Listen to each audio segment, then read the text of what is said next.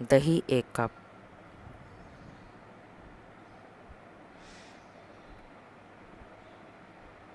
अब मैं सौंफ, सूखा धनिया, जायफल, जावित्री, बड़ी इलायची, छोटी इलायची, बादियान के फूल, इन सब चीज़ों को अच्छी तरह पीस लूँगी।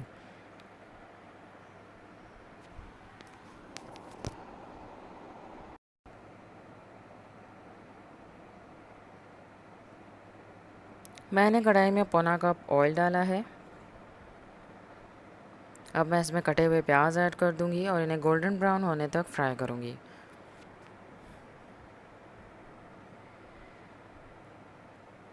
प्याज गोल्डन ब्राउन हो चुके हैं। अब मैं इन्हें ब्लेंडर जग में डालूंगी।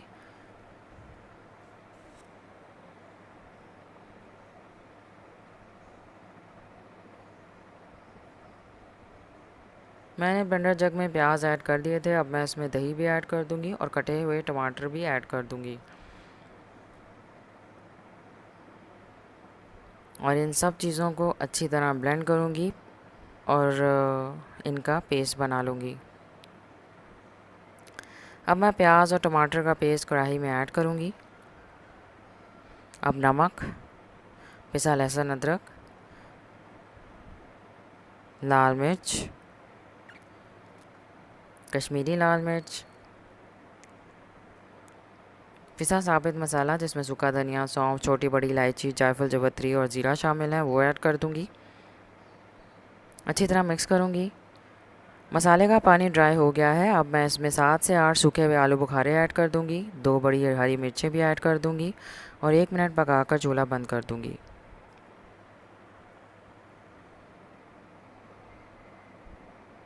अब मैं बिरयानी की लेयरिंग करूँगी, यानी कि बिरयानी को तय लगाऊँगी। सबसे पहले मैंने जो मसाला बनाया था वो आधा ऐड कर दूँगी और पतीली में अच्छी तरह फैला दूँगी। अब उबले हुए चावल जो मैंने छान लिए थे वो डाल दूँगी आधे।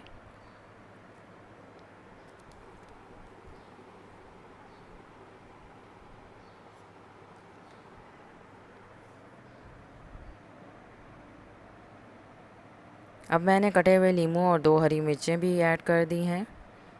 अब कुटी काली मिर्च तकरीबन आधा चाय का चम्मच छिड़क दूँगी।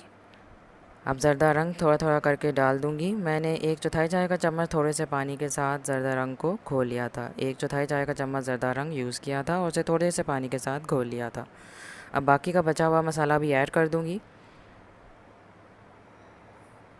अब स्टीम किया हुआ चिकन के 2 पीस रख दूँगी और बाकी के बचे हुए चावल भी ऐड कर दूँगी।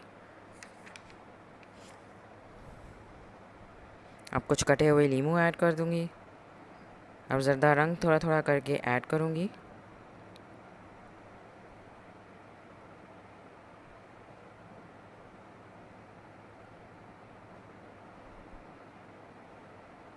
और आधा चाय का चम्मच कुटी काली मिर्च भी ऐड कर दूँगी। 2 पीस चिकन के जो स्टीम रोस्ट के थे वो ऐड करके चावलों को 15 मिनट के लिए हल्की आंच पर पकाऊंगी। मैंने पतीली के नीचे तवा भी रख दिया था।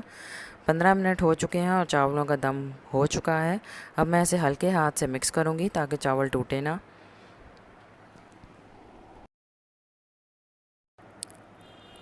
चिकन स्टीम रोस्ट बिरयानी मैंने बहुत आसान तरीके से फुल स्टेप के साथ बनाना सिखाई है। मुझे उम्मीद है कि आप लोगों को अच्छे से समझ आ चुका होगा। आप सब लोग ये रेसिपी ईद पर ज़रूर ट्राई कीजिएगा। आपको और आपके घर वालों को ज़रूर पसंद आएगी।